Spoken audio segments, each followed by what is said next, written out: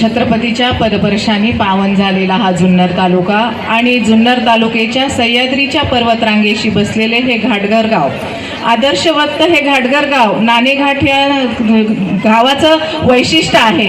आणि ह्या प्राथमिक शाळा घाटघर ह्या ठिकाणी जो जीवनधन सांस्कृतिक कार्यक्रमाचं आयोजन केलेलं आहे, त्या कार्यक्रमासाठी उपस्थित मान्यवर आपल्या असणारे जुन्नर पंचायत समितीचे गटविकास अधिकारी अशोकदादा लांडे, त्याचबरोबर सर्व शिक्षक संघटनेचे पदाधिकारी, सर्व ग्रामस्थ, ह्या संघटनेत अनेक संघटना ह्या घाटघर गावामध्ये काम करत आहे। ते शालेय समिती आहे, संयुक्त समिती आहे, वन समिती आहे, नाणेघाटदार समिती आहे, अनेक समित्या ह्या गावामध्ये काम करत आहेत।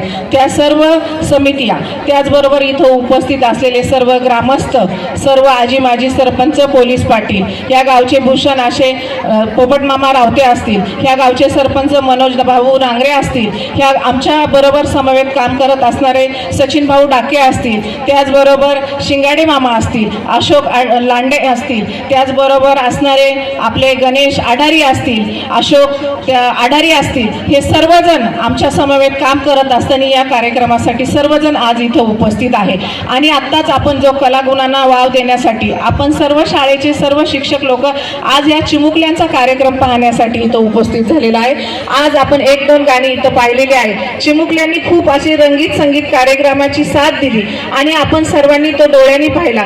तसं म्हणायला गेलं तर खरं शिक्षकांचा आभार मानले पाहिजे। त्यांनी या मुलांना खूप छान पद्धतीने घडवलं आहे, खूप छान पद्धतीने त्यांचं कार्यक्रमाचं नियोजन केलेलं आहे। आणि त्याचबद्दल आत्ताच आपल्याला लांडे साहेबांनी सांगितलं की येणाऱ्या काळामध्ये आमच्या शाळेची गुणवत्ता ही खूप चांगली आहे।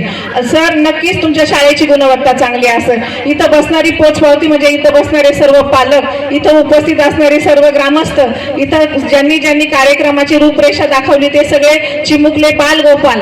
आणि या शाळेसाठी तुम्ही आत्ताच सांगितलं की शाळेसाठी आम्हाला कुठली आवश्यकता नाही, आमच्या भागात म्हणजे सर्वांनी योगदानातनं, सर्वांच्या श्रमदानातनं किंवा सहयोगाने सर्वांनी या शाळेसाठी खूप काही असं योगदान केलेलं आहे आणि आमची शाळा आदर्शवत झालेली आहे। नक्कीच तुमच्या शाळेतला विद्यार्थी पुढच्या भवितव्यामध्ये या गावाचं नाव रोशन करून राहिल्याशिवाय राहणार नाही, असं हे आदर्शवत गाव।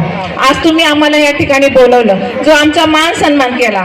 मी खरं तर सांगेन घाटघर हे गाव खूप आदर्शवत आहे। माझ्या मनामधलं हे गाव, या गावाने आज मला सगळ्यात जास्त मतदान रूपी लीड दिलेला आहे आणि या पंचायत समितीवर जाण्याची मला संधी दिली असेल तर ह्या घाटघर गावाने दिली आहे। मी प्रथम घाटघर गावाचे सगळ्यांचे आभार मानेन की असेच साथ तुम्ही आम्हाला द्या। येणाऱ्या काळामध्ये ज्या काही समस्या असतील, ज्या काही गोष्टी असतील त्या सोडवण्यासाठी आम्ही कटिबद्ध आहोत।